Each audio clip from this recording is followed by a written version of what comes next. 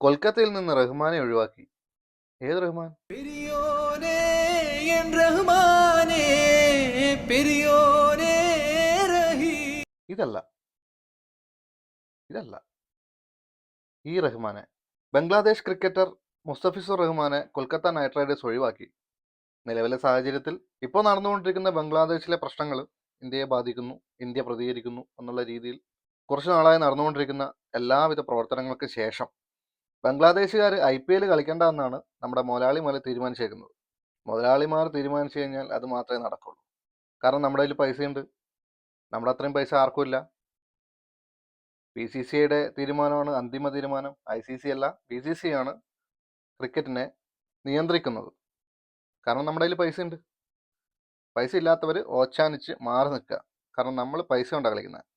നമ്മളാണ് എല്ലാ ക്രിക്കറ്റും, ലോകത്താകമാനമുള്ള ക്രിക്കറ്റും നമ്മളാണ് കൺട്രോൾ ചെയ്യുന്നത്. നമ്മൾ ഇതുപോലെ കൺട്രോൾ ചെയ്ത് ക്രിക്കറ്റിനെ രക്ഷപ്പെടുത്തും. എല്ലാവരെയും നമ്മൾ രക്ഷപ്പെടുത്തും. നിന്നെ ഞാൻ രക്ഷപ്പെടുത്തും. സത്യത്തിൽ വികാരം വ്രണപ്പെടുന്ന ചില ആൾക്കൂട്ട കൊലപാതകങ്ങൾ തന്നെ ബംഗ്ലാദേശിൽ നടക്കുകയുണ്ടായി.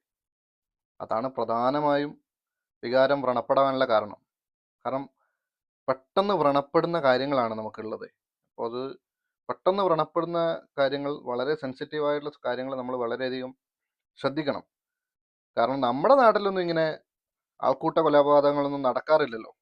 അറിയാലോ, അങ്ങനെ ആൾക്കൂട്ട കൊലപാതകങ്ങളൊന്നും നമ്മുടെ നാട്ടിൽ നടക്കാറില്ല.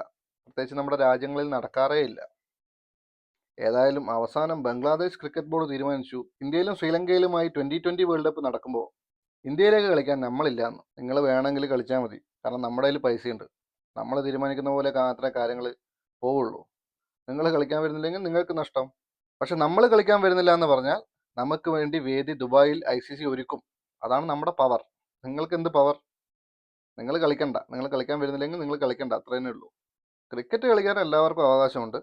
പക്ഷേ നമ്മുടെ തീരുമാനങ്ങൾക്ക് മുകളിൽ പോകാൻ ആർക്കും അവകാശമില്ല. നമ്മൾ തീരുമാനിക്കും ആര് ക്രിക്കറ്റ് കളിക്കണം കളിക്കണ്ട എന്നുള്ളത്.